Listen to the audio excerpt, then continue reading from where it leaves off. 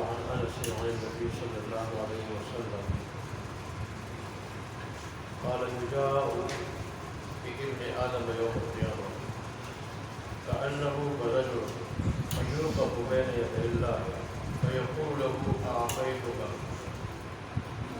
وخولتك وأنعمت عليك فما صنع؟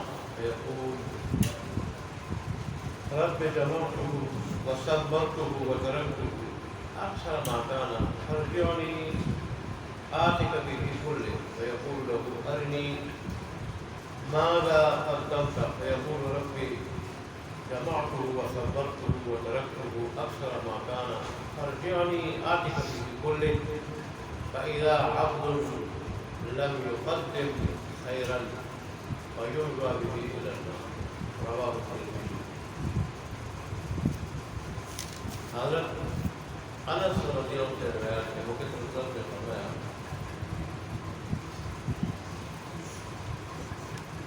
کہ ابن آدم کو قیامت کے دن بکری کے ایک بچے کی طرح ذلت و حقارت کے ساتھ لایا جائے گا، رب کے سامنے کھڑا کیا جائے گا، اور پھر اللہ تبارک و تعالیٰ سے کہے گا کہ میں نے تجھے دنیا میں مال و دولت دی تھی، زندگی دی تھی، صحت و عافیت دی تھی، تو تو نے اس کے ساتھ کیا کیا تھا دنیا میں؟ تو وہ کہے گا اللہ تبارک و تعالیٰ میں جو کچھ آپ نے دیا تھا میں نے اس کے ساتھ تجارت شروع کی تھی، تجارت کے ذریعے اور کاروبار کے ذریعے میں اس کو بڑھاتا رہا اور جمع کرتا رہا، بڑھاتا رہا اور جمع کرتا رہا، یہاں تک کہ جب میں دنیا سے آنے لگا تو اس وقت میرا مال اس مال سے بہت زیادہ تھا جو اس سے پہلے دنوں میں تھا۔ اب مجھے اجازت دے دیں کہ میں جا کے دنیا سے وہ لے آؤں اور سارا کا سارا تیرے راستے میں تیری رضا کی رکھا۔ اللہ تبارک و تعالیٰ سے پوچھے گا کہ اس مال میں سے آگے کتنا بھیجا، اس مال میں سے صدقہ خیرات کے ذریعے صدقہ خیرات کے ذریعے آگے کتنا بھیجا۔ اس کے بعد اس کا جواب میں کچھ نہیں ہوگا، اور پھر رب کی طرف سے بھی اس کا جواب نہیں ملے گا کہ جاؤ یا نہ جاؤ۔ غیر جب مان جائے گا تو اسے یہاں کیسے آئے گا؟ پھر مان جب جائے گا تو نہیں جا سکے گا۔ قرآن کہتا ہے، حدیث کہتی ہے، شریعت کہتی ہے، دین کہتا ہے۔ ایک مرتبہ آدمی آنکھ بند ہوتی ہے اور وہاں پہنچ جائے گا تو یہاں دنیا میں نہیں آ سکے گا۔ پھر وہ کہے گا اللہ تبارک و تعالیٰ میں تو کچھ نہیں کر سکا، آگے نہیں بڑھ سکا، بس میں اسی میں لگا رہا، کاروبار کرتا رہا، بڑھاتا رہا، جمع کرتا رہا، جمع بڑھاتا رہا اور جمع کرتا رہا اور اس طرح بڑھاتا رہا، یہاں تک کہ جب میں دنیا سے آیا تو میرے پاس کچھ مال سے زیادہ تھا جو اس سے پہلے تھا۔ اللہ تبارک و تعالیٰ فرشتوں کو کہیں گے، فرمائیں گے فرشتوں سے کہ اس کو جہنم کی طرف دے۔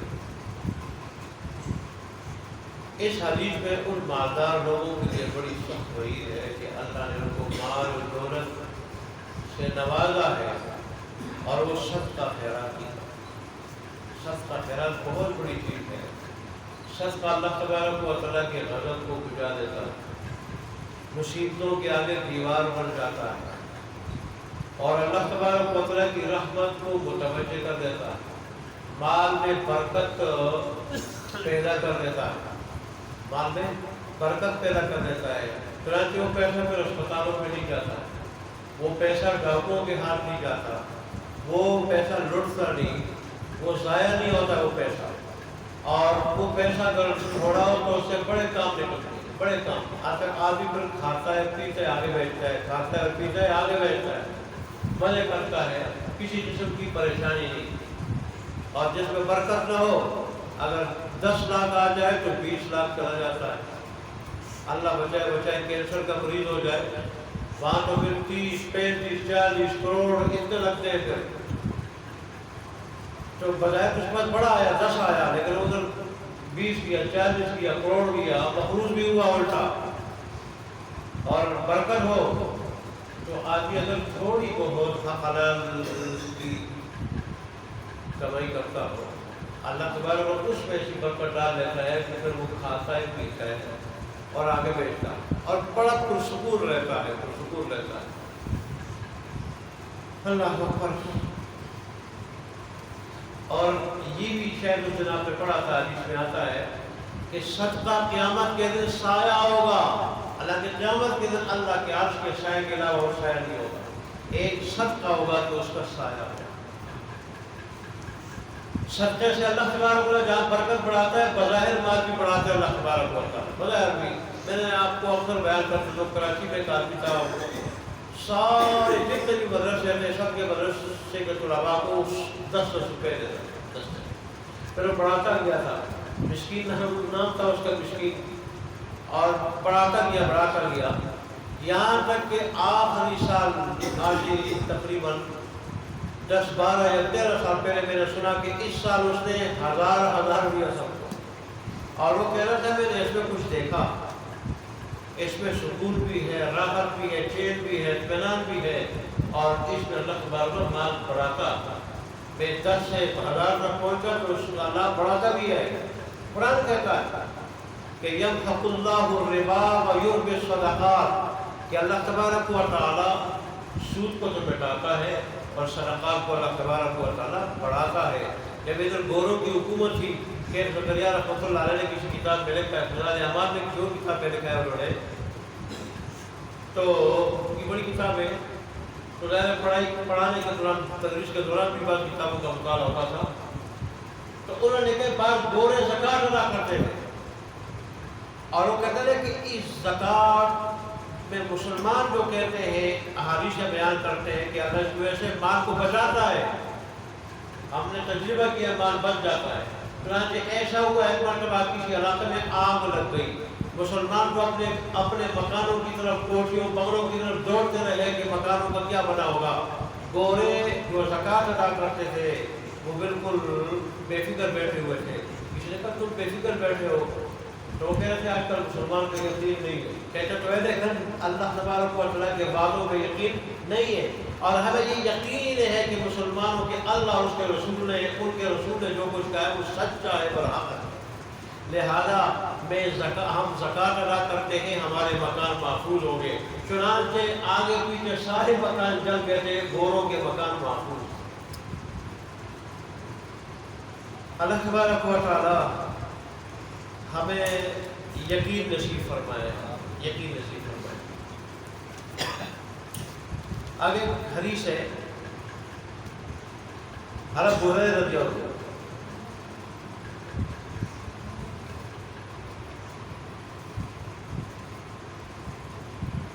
کیا حدیث ہے؟ عن ابی ہریرہ قال قال رسول اللہ صلی اللہ علیہ وسلم ان اول ما يسأل العبد يوم القيامة من النعيم ان يقال له الم نصح جسمك ونربك من الماء البارد، کہ قیامت کے دن سب سے پہلے جن نعمتوں کے بارے میں سوال ہوگا وہ 2 ہی نعمتیں، ایک ہے تندرستی اور دوسری نعمت ہے پانی۔ یہ اپنی جگہ بہت بڑی نعمتیں ہیں، بہت بڑی نعمتیں ہیں، تندرستی بھی اور پانی، اور پھر پانی اگر ٹھنڈا پانی ہے وہ اللہ کی بہت بڑی نعمت ہے۔ یہاں تک ایک بہت بڑے بزرگ اپنے کسی مرید سے فرماتے تھے کہ جب تم پانی پیو تو ٹھنڈا کر کے پیو، کیونکہ ٹھنڈا پانی، اور خاص کر گرمی کے دنوں میں ایک تو حد سے زیادہ ٹھنڈا ہونا جو گلا بھی خراب کرے وہ نہیں، میٹھا ٹھنڈا میٹھا، اور پھر خاص کر قدرتی چشموں کا جو میٹھا اور ٹھنڈا پانی ہوتا تھا وہ بالکل ایسا ہوتا تھا، نہ ادھر درد ہوتا تھا اسے کے بعد بھی پیتا تھا، نہ گلے میں درد ہوتا تھا، ایسا پانی۔ اس وقت مصنوعی ٹھنڈے پانی نہیں ہوا کرتے تھے، وہ قدرتی ٹھنڈے پانی مراد ہے۔ تو اب بھی اگر یہ مصنوعی ہے، یہ بھی اگر درمیانہ ہو، حد سے زیادہ نہ ہو، ذہنی بھی اسی حکم میں ہے، تو وہ بزرگ فرمایا کرتے تھے کہ ٹھنڈا پانی جب اندر جاتا ہے، مرید سے فرمایا کرتے تھے یہ دل سے اللہ تبارک و تعالیٰ کا شکر ادا کرتا. اور شاہ عبدالحق مخلص دہلوی رحمۃ اللہ فرمایا کرتے تھے کہ میرے والد ماجد جب ٹھنڈا پانی پیتے تھے تو ان پر بے خودی کی کیفیت تاری ہو جاتی ہے، بے خودی کی، اور خوشی سے اور تھوڑی دیر اس کی حیثیت میں رہتے، اور پھر جب اپنی اصلی حالت میں لوٹ آتے تو فرمایا کرتے تھے سبحان اللہ، سبحان اللہ، کیا شان ہے ٹھنڈے پانی کی، اللہ نے کیا لذت دی ہے، اور اللہ تبارک نے کیا مزہ، چسکا اور کیفیت دی ہے ٹھنڈے پانی کو. اللہ تبارک و تعالیٰ کی بہت بڑی نعمت ہے. تو پانی تو ویسے بھی اللہ کی بہت بڑی نعمت ہے، لیکن ٹھنڈا پانی اور بھی بڑی نعمت ہے. آج ہماری شریعت نے جن چیزوں کو اچھا کہا ہے، اور پھر علماء نے یہ بھی لکھا کہ ٹھنڈے پانی میں بہت سارے فوائد بھی ہیں، بہت سارے فوائد بھی ہیں، باقاعدہ محدثین نے لکھا ہے، حدیث کے ساتھ فوائد بھی ہیں. لیکن آج کل غیر مسلم ٹھنڈے کے بجائے گرم میں کہہ رہے فوائد ہیں. گرم میں بہت تقریر کی ہے کہ ٹھنڈے پانی کے مقابلے میں گرم پانی کے نقصانات زیادہ ہیں اس کے فوائد سے. بس جو کچھ اللہ اور کے رسول صلی اللہ علیہ وسلم نے فرمایا، آج کل غیر مسلم کوشش کرتے ہیں کہ مسلمانوں کو اسے ہٹا دیا جائے. دوبارہ رسول اللہ صلی اللہ علیہ وسلم نے بھی اپنے ارشادات میں یہی الفاظ ارشاد فرمائے. ایک مرتبہ صحابہ کرام کے سامنے رسول اللہ نے روایت پڑھی سورہ تکاثر کہ ثم لتسألن یومئذ عن النعیم، کہ تم سے نعمتوں کے بارے میں پوچھو گی. انہوں نے کہا ہم تو اللہ کے پیارے رسول، ہمارے پاس کیا نعمتیں ہیں، ہم تو بھوکیا رکھتے ہوتے ہیں. کئی جو ہے نا صرف جو یا گندم کی روٹی مل جاتی ہے، سالن نہیں ہوتا سال. رسول اللہ صلی اللہ علیہ وسلم نے فرمایا کہ جب پیاس لگتی ہے تو ٹھنڈا پانی، ٹھنڈے کا لفظ کیا ہے، ماء باردن کے الفاظ ہے، ٹھنڈا پانی اللہ دیتا یا نہیں دیتا؟ بالکل اللہ دیتا ہے. فرمایا کہ جب تمہیں گرمی لگتی ہے اللہ تبارک و تعالیٰ سایہ دیتا یا نہیں دیتا؟ اور پھر اللہ تبارک و تعالیٰ تمہیں کھجور دیتا یا نہیں دیتا؟ اور پھر بھوک تو اس ٹکڑے سے گندم کے ٹکڑے سے بھی بھوک ختم ہو جاتی ہے، لیکن فرمایا کہ گرمی کے اندر سایہ مل جائے اور پیاس کے وقت ٹھنڈا پانی مل جائے، اللہ کی بہت بڑی نعمت ہے، اللہ تبارک و تعالیٰ کی بہت بڑی نعمت ہے. ایک مشہور حکایت ہے کہ بادشاہ شکار کے لیے گیا تو جنگل میں کہیں اور نکل گیا، ایسی جگہ نکل گیا وہاں پانی کوئی نہیں تھا، پانی کا نام نشان نہیں تھا. بڑی اس کو پیاس لگی، بڑی شدید، پانی بڑا تلاش کے نہیں ملا، یہاں تک کہ بادشاہ قریب البرق ہو گیا. قریب اتنے میں ایک عارف یا اللہ نے فرشتے کو ظاہر کیا انسانی شکل میں. تو اس نے کہا میں ایک گلاس پانی اگر تجھے دوں تو مجھے کیا دو گے؟ اس نے کہا میری آدھی بادشاہت تیری ہو جائے گی، آدھی بادشاہت تیری ہو جائے گی. چنانچہ اس نے پانی پیش کیا، پانی پیا. جب پانی پیا تو پیشاب کا، چھوٹے پیشاب کا تقاضا ہوا. پیاس تو بجھ گئی، حرارت سمر گئی، لیکن چھوٹے پیشاب کا تقاضا ہوا. پیشاب کرنے لگا بادشاہ، پیشاب نہیں ہو رہا تھا. بڑی کوشش کی، پیشاب نہیں ہوا تو پھر پریشان ہوا، بڑی تکلیف میں. پھر وہ آدمی ظاہر ہوا اور اس نے کہا اگر پیشاب کی بیماری ہے، پیشاب بند ہونے کی، اگر اس کا میں علاج معاوضہ کروں مجھے کیا انعام دو گے؟ اس نے کہا باقی ماندہ جو آدھی بادشاہت ہے وہ بھی تیری. چنانچہ اس نے علاج کیا، پیشاب کھل گیا. پھر اس نے کہا بادشاہ سلامت، مجھے تمہاری بادشاہت کوئی حاجت نہیں، کوئی ضرورت نہیں، بادشاہت اپنے پاس رکھو. لیکن یہ ذرا سوچو کہ تمہاری سلطنت اور بادشاہت کی کیا حیثیت، تمہاری سلطنت اور بادشاہت کی کیا حیثیت ہے کہ تھوڑے سے پانی اور پیشاب پہ آپ ساری کے ساری بادشاہت دینے کے لیے تیار ہو گئے. لہذا اس بادشاہت کی ظاہری چمک دمک سے متاثر ہو کر ظاہری چمک دمک کو دے کے گھمنڈ میں نہ آنا، غرور تکبر میں نہ آنا. اور وہ محدثین یہ نقطہ بھی بیان کرتے ہیں حدیث میں، لیکن اللہ تبارک و تعالیٰ نے دو چیزوں کو جمع کیا.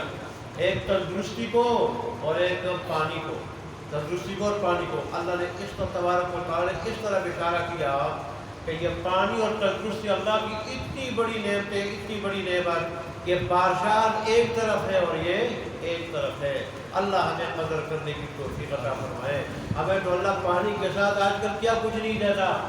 ہم جو کھانے کھاتے ہیں پہلے لوگوں نے کھانوں کو دیکھا ہی نہیں تھا، 10 قسم کے کھانے کھاتے ہیں، اور پھر بھی ہم کیا ہے ناشکر ہیں۔ تب سب کو شکر کرنے کی توفیق عطا فرمائے۔